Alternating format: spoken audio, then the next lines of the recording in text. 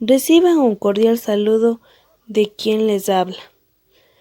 A continuación en este video vamos a dar a conocer sobre los vulgarismos y dialectismos. Objetivo general. Analizar, comprender y reconocer qué son los vulgarismos y dialectismos, para qué sirven y qué significa cada uno de ellos, mediante una explicación en base de un video para comprender el tema de una mejor manera. Vulgarismos y dialectismos. En sentido popular pueden entenderse como una expresión o palabra de registro popular y ajena a la lengua culta, de manera que no son aceptadas por instituciones oficiales dedicadas a dictar los correctos usos de la lengua. A continuación les daré la definición de vulgarismo. Para saber a qué se refiere la idea de vulgarismo, encontraremos que el término alude a las expresiones que suele usar el vulgo. Esta noción, vulgo, por su parte, se vincula a las personas comunes y corrientes que no disponen de recursos o conocimientos especiales. En un sentido amplio, por lo tanto, los vulgarismos son las expresiones que emplea la gente en su vida cotidiana. Siguiendo con este razonamiento, los vulgarismos se asocian al habla coloquial, por lo cual no forman parte de la denominada lengua culta.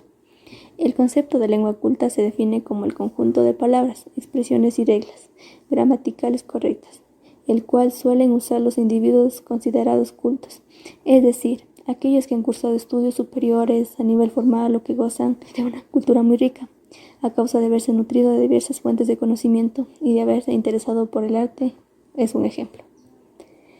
Es importante señalar que la lengua culta no es un conjunto cerrado y absoluto, ya que el contexto social es determinante a la hora de usar el lenguaje. Por esta razón, podemos distinguir dos tipos de lengua: la lengua culta formal y la lengua culta informal. La lengua culta formal es la que se emplea en discursos, conferencias de temas específicos, mientras que la lengua culta informal podemos encontrarla en reuniones de amigos que poseen un buen manejo del lenguaje. En ninguno de los dos ámbitos recién citados se utilizan los vulgarismos, aunque esto tampoco da a entender que no se pueda cometer ningún error. Un ejemplo de modificación de un término que en el pasado se consideraba un vulgarismo, pero que en la actualidad se acepta con una forma correcta, la encontramos en la primera persona singular del tiempo, presente del modo indicativo o del modo adecuar. Si bien la conjugación originariamente aceptada era adecuo, hoy en día también se acepta adecuó. Casos como este surgen cuando una gran porción de los hablantes de un idioma adoptan una forma incorrecta sin saber, y la Academia de la Lengua considera que imponer una corrección supondría una fisura innecesaria en la cultura. De todas maneras, es habitual que el concepto se aplique específicamente en los dichos y las palabras que se empleen en reemplazo de las frases y de los términos correctos. Pueden decirse, pues, que los vulgarismos son errores o defectos, aunque muchas veces no son fruto de la ignorancia, sino de los modos de hablar de cada persona, e incluso de los cambios que experimenta la lengua en el correr de la historia. Un ejemplo de vulgarismo sería: estoy enojado con mí mismo. Por ejemplo, es un vulgarismo. La forma correcta de expresar un enfado de este tipo sería la siguiente: estoy enojado conmigo. Como se puede advertir, los vulgarismos no suelen impedir la comprensión de la expresión. Y esto es todo lo que puedo decir en cuanto a la definición de los vulgarismos. Gracias. Los vulgarismos también pueden ser expresiones morfológicas, fonéticas o léxicas semánticas, empleadas en el lugar de otra palabra considerada correcta. Nivel léxico-semántico. Se refiere tanto al orden y a la forma de las palabras de nuestro idioma, como su significado y relaciones entre sí. Se puede considerar vulgarismos léxicos semánticos a los que se producen a causa de la utilización de palabras con significado impropio o por confusión. Ejemplo: pederasmo o pediatra. Nivel fónicos. Consiste en una deformación fonética propia de ciertos registros idiomáticos, de carácter popular. Ejemplo: celebro o chachichón, entierro o mandarina. Nivel morfosintáctico. Son aquellos producidos tras conocer un error en la morfología de palabras, es decir, un fallo en la estructura o composición interna de la palabra o en sus derivados. El fallo en la conjunción de verbos haber, andar, ser, hacer y escribir. Ejemplo: nosotros hemos de Málaga, no así los deberes de física. Estos han sido los ejemplos de los 3 niveles de vulgarismos. A continuación, se dará ejemplos de vulgarismos y su explicación correcta. A lo mejor, a la mejor, haiga, haber, ande, andar, ansina, así es, arriba de, encima de.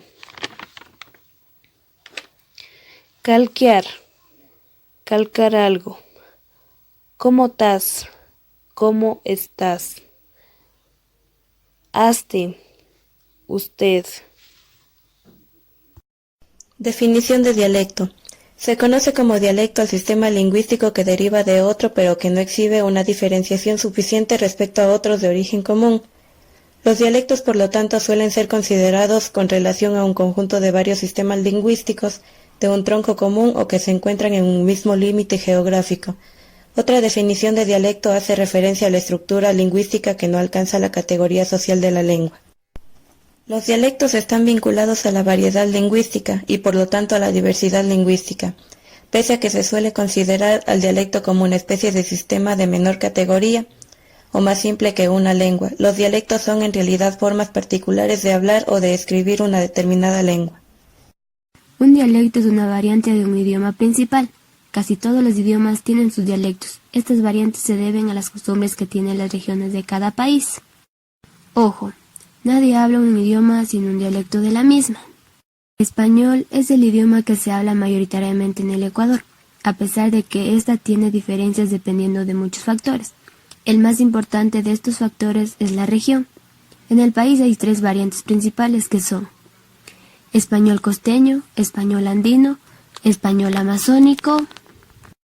En la costa, esta variante del español se encuentra clasificada dentro del dialecto del español ecuatorial, en las cuales se utilizan las siguientes palabras: vamos, pa allá, entonces qué, bacán, chiro.